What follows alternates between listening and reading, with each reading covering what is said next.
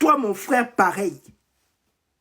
Toi, tu penses que tu peux réussir un projet en papillonnant de gauche à droite.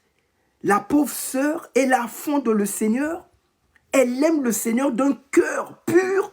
Et toi, tu vas la promettre en mariage et tu ne vas pas jusqu'au bout de ta démarche. À ce type de frères, s'ils sont dans mon église, non, non, je vais demander au Seigneur de frapper même. Oui, parce que Paul le dit.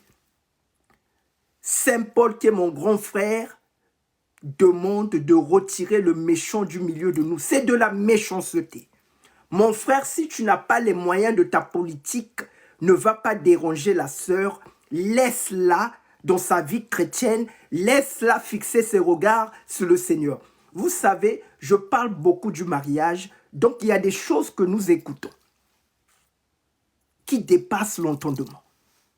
Quand tu vois un frère critiquer le mariage, il faut fuir, ma sœur. Fuis.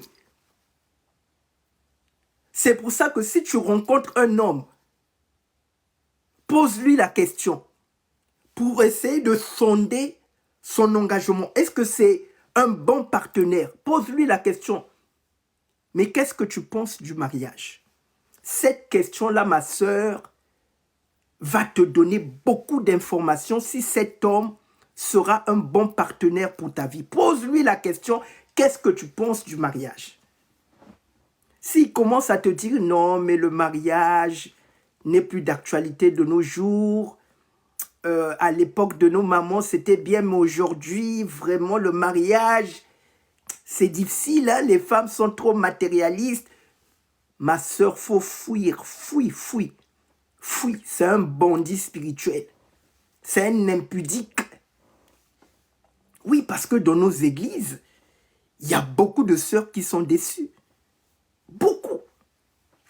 Ah, vous savez, la femme est tellement émotive. Quand sa stabilité émotionnelle est touchée, elle est capable de repartir dans le monde. Et pourtant, elle était à fond dans le Seigneur. Hein? Et pourtant, c'est une femme qui était à fond dans le Seigneur. Elle aimait le Seigneur.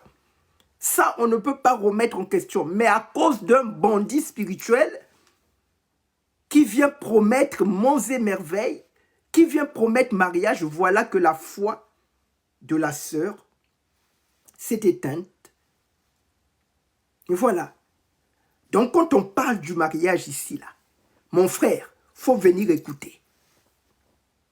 Paul a dit, quand tu brûles, il faut te marier. C'est biblique. Moi, je suis très biblique. Hein, toi qui m'écoutes là, je parle à un homme ici là. Toi qui m'écoutes, moi je le dis de manière très claire. Un homme qui n'est pas marié, c'est un garçon. Tu n'as pas encore atteint le statut de homme avec grand H. Moi j'ai été marié, moi que vous voyez là. Moi j'ai été marié. Donc quand je parle du mariage, je sais de quoi je parle. Ce n'est pas de la prétention, je vais dire je maîtrise les ficelles du mariage. Et j'aimerais le dire de manière très claire. Mariage, ce n'est pas concubinage. Mariage, ce n'est pas copinage. Voilà. Mariage, c'est autre chose. Le mariage est une alliance. Je suis toujours dans ma thématique, comment accomplir sa destinée. Je parlerai, si le Seigneur fait grâce, je parlerai de comment accomplir sa destinée conjugale. Parce que le mariage fait aussi partie de la destinée.